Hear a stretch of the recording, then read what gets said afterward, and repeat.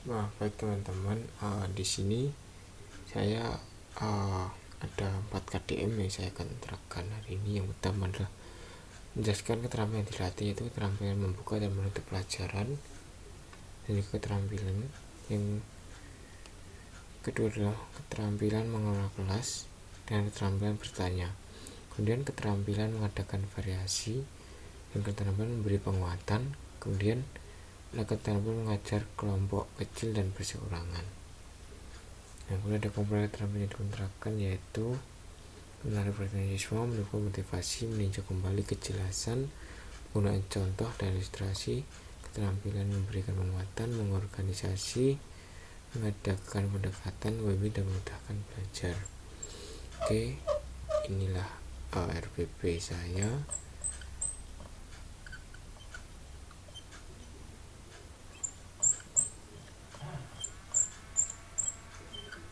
Nah, ini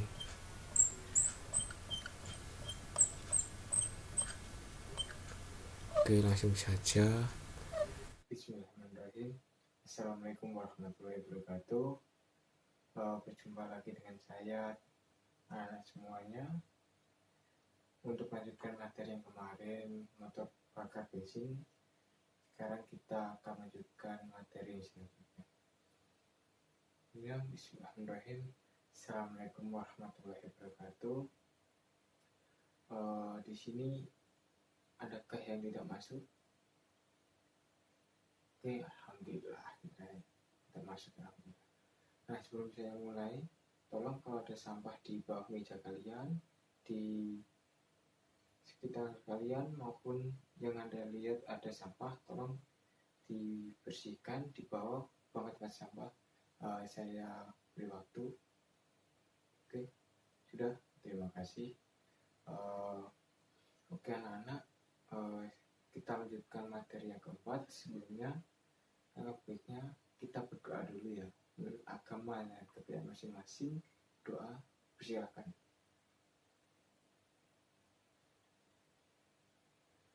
Oke, selesai. Ya anak-anak, untuk melanjutkan materi kemarin, kita masuk ke materi prinsip kerja mekanisme katup. Oke, Anda yang tahu prinsip kerja mekanisme katup? Oke, ada yang tahu? Oke, baik benar. Oke, bagus, simpan pertanyaannya untuk nanti ketika saya menjelaskan tentang prinsip kerja mekanisme katup.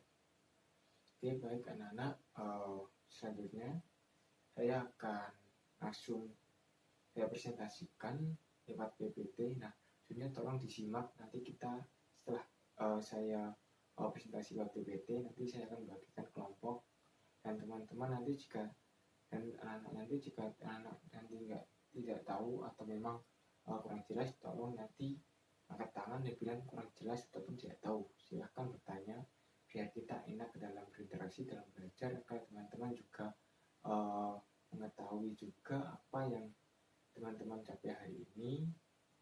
Oke, langsung saja. Baik anak-anak, kita langsung saja masuk ke materi kita hari ini, yaitu prinsip kerja mekanisme katup. Sebenarnya ada yang tahu tentang prinsip kerja mekanisme katup? Ada yang bisa angkat tangan? Oke, benar sekali. Langsung saja ya. Nah, seperti yang dibilang oleh anak tadi, ada dua fungsi, benar. Fungsi pertama adalah mengatur pemasukan gas baru ke dalam silinder, dan fungsi kedua adalah mengatur gas bekas pembakaran ke dalam silinder. Nah, kemudian ada keuntungan dan juga kekurangan yang pastinya di mekanisme katup dengan poros cam di bawah. Yang pertama adalah keuntungannya adalah dalam proses bekerja tidak menimbulkan suara, dan yang kedua adalah konstruksi sederhana. Yang ketiga adalah ukuran mesin relatif pendek. Tapi ada kedua kekurangan. Yang pertama adalah bentuk ruang bakar kurang menguntungkan, sehingga relatif besar, akibatnya tekanan kompresi relatif rendah dan penyetelan celah katup sulit. Nah, saya himbau untuk semua untuk mencatat, jadi di akhir sesi nanti kita bakal ada diskusi dan ada tanya jawab. Oke, ini gambarnya mekanismenya katup ke bawah. Nah, ada tipe dari overhead valve atau OHV. Yang pertama adalah konstruksi katup OHV adalah katup penggantung. Yang kedua adalah poros cam terletak di bawah katupnya di kepala silinder. Nah, seperti yang Anda lihat di sini. Nah, ini ada rocker arm di atas. Kemudian di sini ada push rod, ini camshaftnya di sini. Kemudian ada valve lifternya di sini. Oke. Nah, ada satu keuntungan dan juga ada satu kerugian dari katup overhead valve ini. Yang pertama adalah keuntungannya adalah bentuk ruang bakar baik. Kerugiannya adalah banyak bagian-bagian yang bergerak kelembaman massa besar tidak ideal untuk putaran tinggi. Nah, ini ada mekanisme katup dengan poros cam di atas. Satu poros cam di kepala OHC, double overhead camshaft atau DOHC. Nah, di sini ada OHC-nya, di sini ada penakan katup, di sini ada poros cam, dan di sini ada katupnya. Ini untuk OHC.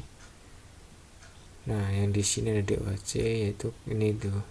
Ini ada camshaftnya dua ini camnya di sini, ini ada tabletnya, ini adalah katupnya. Oke, lanjut OHC. Nah, OHC sendiri ada dua keuntungan. Yang pertama adalah sedikit bagian-bagian yang bergerak. Yang kedua adalah kembaman massa kecil baik untuk putaran tinggi. Dan ada satu kerugian, yaitu konstruksi motor menjadi relatif lebih rumit karena adanya mekanisme poros kanan katup di dekat poros cam. Nah, di sini sebelum saya lanjutkan, teman-teman pasti ada yang tahu, bahkan pernah ada yang bongkar ya dari mekanisme katup ini, seperti yang di OHV ini. Kemudian ada yang di sini ada OHC, dan yang di samping kanan ada DOHC. Oke, lanjut ke DOHC. Nah, DOHC sendiri ada 4 keuntungan. Yang pertama adalah keuntungannya adalah bentuk ruang bakar baik. Yang kedua adalah susunan katup menggantungkan. Yang ketiga adalah kelembaban massa paling kecil untuk putaran tinggi. Dan juga ada kerugiannya, yaitu konstruksi mahal lebih berat, penyetelan celah katup lebih sulit. Nah, komponen utama mekanisme katup adalah yang pertama adalah valve stem seal ini, ada valve spring, ada valve spring seat, ini ada exhaust valve, yang ketiga intake valve, yang ketiga valve spring seat, yang di sini ada valve spring retainer. Nah, ini kemudian ada valve spring lagi, ini ada valve stem seal. Oke, di sini ada katup. Kemudian di sini ada poros cam. Poros cam sendiri ada bantalan, yaitu dua ini bantalan atau pinning. Dan di sini ada knock. Kemudian merawat secara bergerak mekanisme katup adalah metal katup dan membuka tutup katup dan tutup magnet. Jadi ya memang benar ya, kalau kita menyetel katup sendiri memang juga harus berkala. Karena kalau lama udah nggak di setel itu biasanya katup bisa longgar, jadi soalnya memang ngelidik lah ke titik-titik. Nah, itu seperti harus di setel ulang. Kemudian metal katup. Nah, istilah yang digunakan untuk pekerjaan melakukan adalah kerenggangan atau celah antara katup dengan penekan katup. Yang kedua adalah menyetel celah katup menggunakan filler gauge, alat menyetel katup, dan kunci ring. Itu udah biasa ya, pasti teman-teman juga pernah dengar, bahkan pernah megang ya filler gauge sendiri, kemudian alat penyetel katup, dan kemudian ada kunci ring. Nah, langkah penyetelannya yang pertama adalah mengendorkan mur rangkaian baut, penekan katup dengan kunci ring. Yang kedua adalah memasang filler gauge dan memutar skrup penyetel menggunakan kunci penyetel. Yang ketiga adalah setelah dirasa tepat, tahan skrup penyetel, kemudian penyetelan tepat apabila saat filler gauge ditarik terasa agak seret. Jadi ketika kita itu nyetel katup, jadi filler gauge itu harus seperti agak sulit dilepas, tapi juga enggak begitu sulit. Jadi kayak ibaratnya kayak apa ya, seret lah. Jadi ya memang harus gitu. Kemudian membuka tutup katup dan tutup magnet. Yang pertama adalah memutar poros sengkol searah putaran mesin. Yang kedua menempatkan poros sengkol sehingga piston pada posisi top. Kemudian memeriksa tanda T pada roda magnet tepat pada garis penyusun pada magnet. Nah, kalau Bapak menjelaskan terlalu cepat, nanti teman-teman bisa anak-anak bisa bilang ya, kecepatan Pak gitu. Jadi kita saling interaksi aja. Ada teman-teman boleh tanya, kenapa Pak gini, kenapa gitu. Nah, boleh tanya. Jadi kita santai aja dalam pelajaran hari ini. Teman-teman bisa tahu dan saya bisa menyampaikan apa yang harus saya sampaikan. Oke, lanjut. uh, Langsung saja. uh, Materinya sudah selesai, jadi teman-teman langsung saja. Seperti yang Bapak bilang tadi, kita akan melakukan diskusi kelompok, dan kita akan melakukan presentasi, dan kita akan ada tanya jawab, dan juga ada sesi dimana kita tuh saling melempar pertanyaan ke kelompok lain. Oke, terima kasih. Oke, baik anak-anak semuanya. Setelah saya presentasi, saya akan membentuk 6 kelompok seperti pelajaran kemarin, tapi bedanya adalah di pelajaran hari ini kita akan menamai kelompok-kelompok kita dengan nama merek kendaraan. Yang pertama nanti kita beri nama Honda, yang kedua kita beri nama Yamaha, yang ketiga kita beri nama Suzuki, yang keempat kita beri nama Kawasaki, yang kelima kita namai Ducati, yang keenam kita namai BMW. Jadi ini adalah merek-merek kendaraan yang ada di dunia. Jadi biar gampang mengingat dan biar lebih bagus saja untuk teman-teman nanti dalam belajar.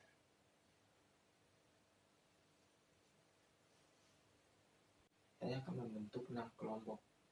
Seperti kemarin memang kita ada 6 kelompok. Nah, agar lebih keren karena kita teknik kendaraan ringan, jadi kelompoknya nanti namanya komponen sepeda motor. Nah, yang pertama adalah ban. Kelompok pertama namanya ban. Kelompok kedua namanya tromol.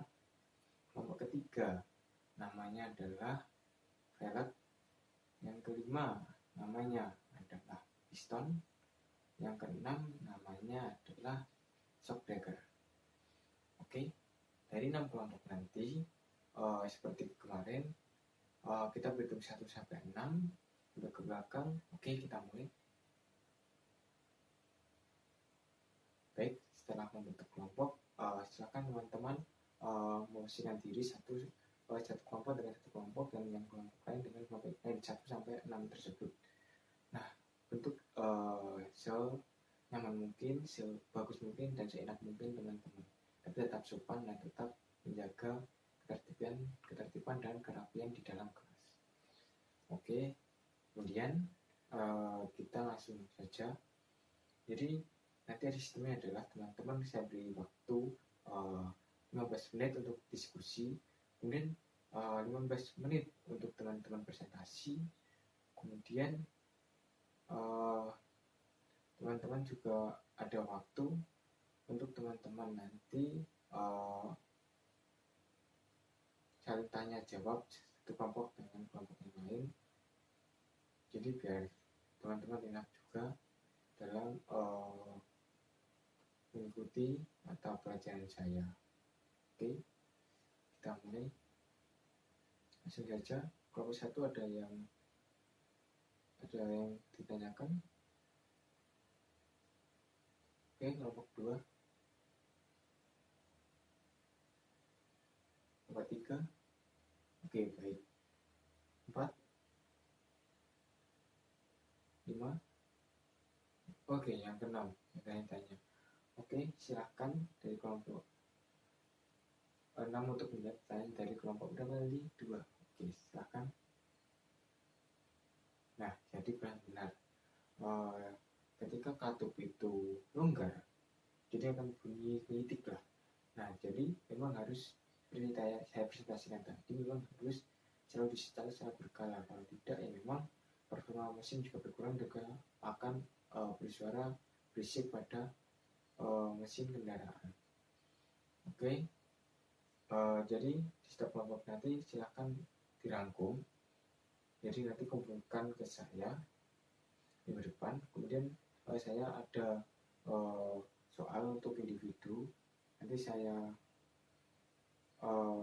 tampilkan ke teman-teman semua. Nanti teman-teman bisa menjawab untuk dikumpulkan minggu depan juga. Jadi biar teman-teman nanti tidak lupa untuk belajar, kemudian teman-teman bisa mereview ulang apa yang saya ajarkan hari ini.